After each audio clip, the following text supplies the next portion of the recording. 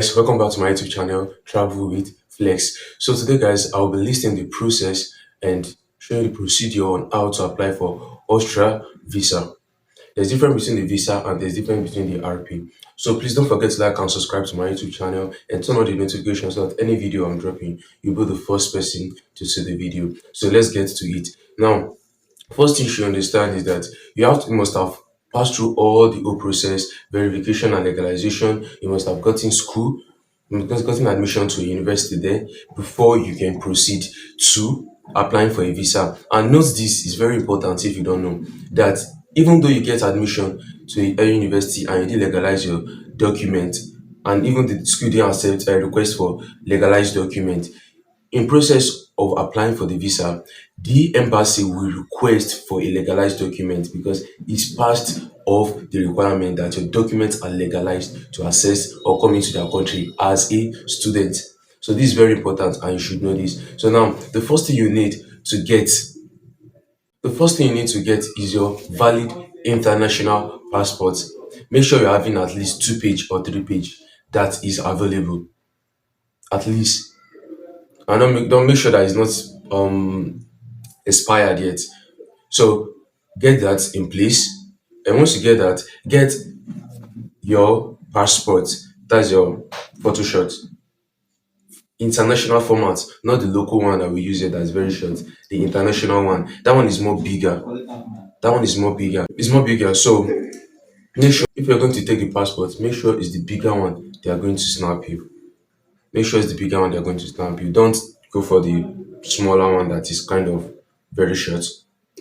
Yeah, but go for the bigger one. And that is quite cost. I guess 1.5 thereabout. I did mine. So you should be within that range though. So then the next one you have to get is Shegai travel insurance. You have to get an insurance. Yeah, an insurance. And I guess yeah, there are companies that you can use. There are different companies that you can use. And when you want to apply for it, tell them it's a Schengen area you're going to, and they're going to it differs. If it's a Schengen, the price is quite, I guess it's quite low compared to there's one another category though. So but it's different, but you can meet any insurance company, they apply for the insurance document, they're going to give it to you. So I guess some are is around 24, 25,000. It's monthly stuff, so you can pay for 3 months straight up. So I would advise you pay for 3 months straight up or 2 months, since your visa process will take within that range, within 2 to 3 months, thereabout. So I would advise that you make sure it's just at least I just pay for 3 months or 2 months thereabout, but I advise 3 months thereabout. So no way to it reason I'm again. So now let's talk about the proof of fund. Now this proof of fund has been a lot where a lot of people have been having issues. A lot of people ask questions. Now proof of fund, first of all, the question people they ask mostly is that should the money go to my account for the past 3 months? No. What they're just trying to tell you is that print account history from the past previous month, which is three. So just take example, February, March, April, at least May. Do you get it? That's what it means. You can have your money in the account maybe 2 or 3 weeks before your interview or a week before your interview. Then you can go to the bank and print your bank statement out.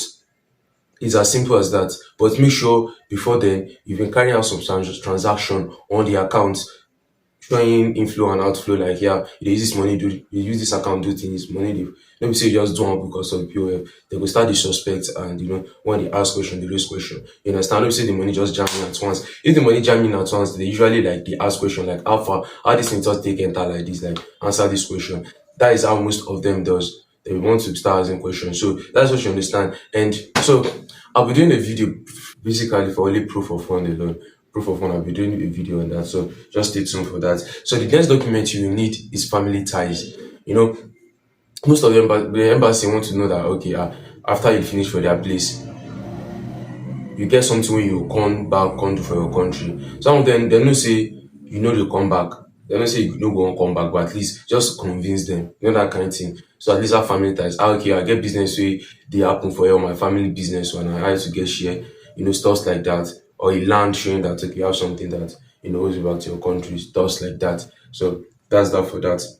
Proof of admission. Make sure say you get proof of admission. I mean admission letter. Provide documents. Say you don't get admission from your school. Maybe conditional or non-conditional admission letter. Just get one. Make sure say just sha don't get admission from the school. Get the letter. You have to attach it, and also the receipt say you don't pay school fees. Although some schools they know they do that one, but then they know how they go do that one. But just add the receipt. Say I don't pay school. I don't pay school fees. So this is it. Oh, this is the paper. And also you have to add accommodation this thing letter, like or say you don't get accommodation, you don't book accommodation and stuff, or house you don't get house, so the accommodation letter.